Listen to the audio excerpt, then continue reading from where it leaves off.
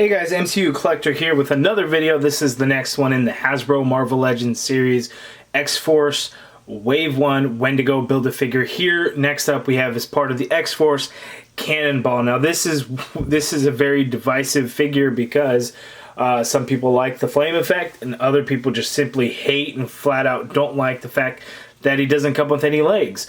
I, for one, don't mind it. I think it's a very interesting concept that they did. Lots of collectors and people playing with it or whatever would want it in a dynamic pose, and this kind of gives it that option. I think if he would have come with regular legs, people would have been upset that he didn't come with the flame accessory type of thing to show off his powers. But we'll see how the figure itself is. I don't mind it, but we'll kind of go through that. Here we switch it up a little because we actually have the X-Force logo there in the front. Comes with the leg for the Wendigo Build-A-Figure. Side artwork looking very awesome. And I can see the purple artwork there because I was wondering about the jacket because I don't know if it's coming, how it comes off in video, but it's a very purple jacket. There's a look at the back of the package, all the figures in the wave to build Wendigo. Let's check out that bio. Marvel's Cannonball Samuel Guthrie creates a powerful force field to fly at superhuman speeds as a leader of the New Mutants known as Cannonball. So there he is, and you know what? That flame effect looks pretty awesome. So let's open him up and take a look. Okay, and here is the Cannonball figure out of the package. Yeah, it's cool. Oh, anyway, we have the Wendigo right leg Build-A-Figure part.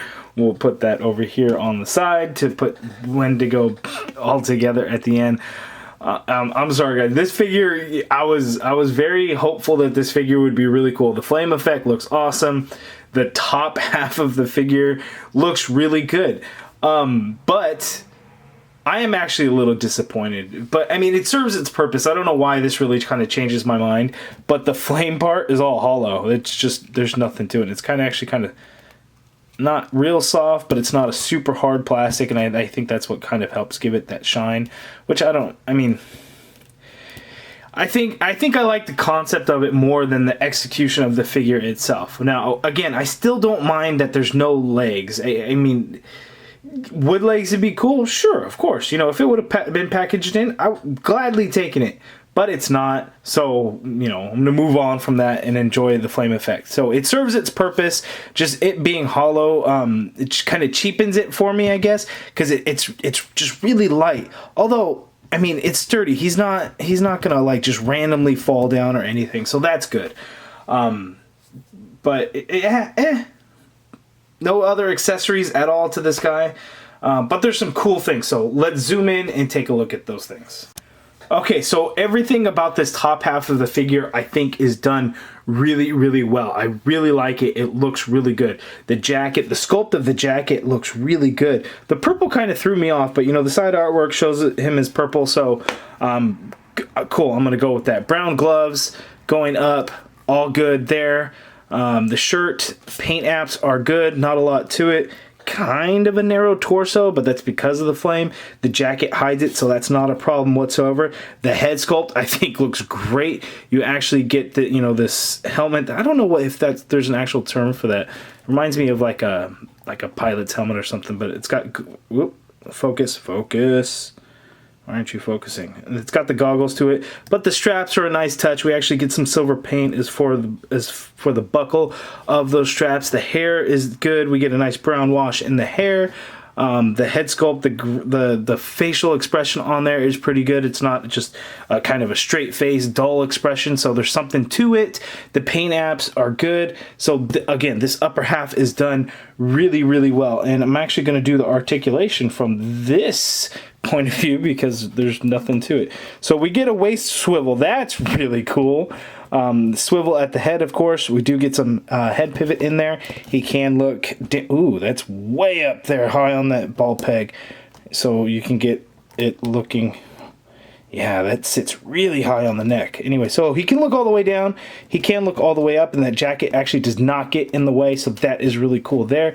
Shoulders go up that high.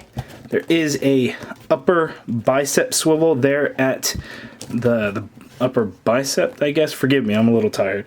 We get a double jointed elbow there. I'm trying to think if this glove is a separate piece, but that's actually part of the arm there. Wrists swivel and they hinge the same way on both sides. Fist for both hands.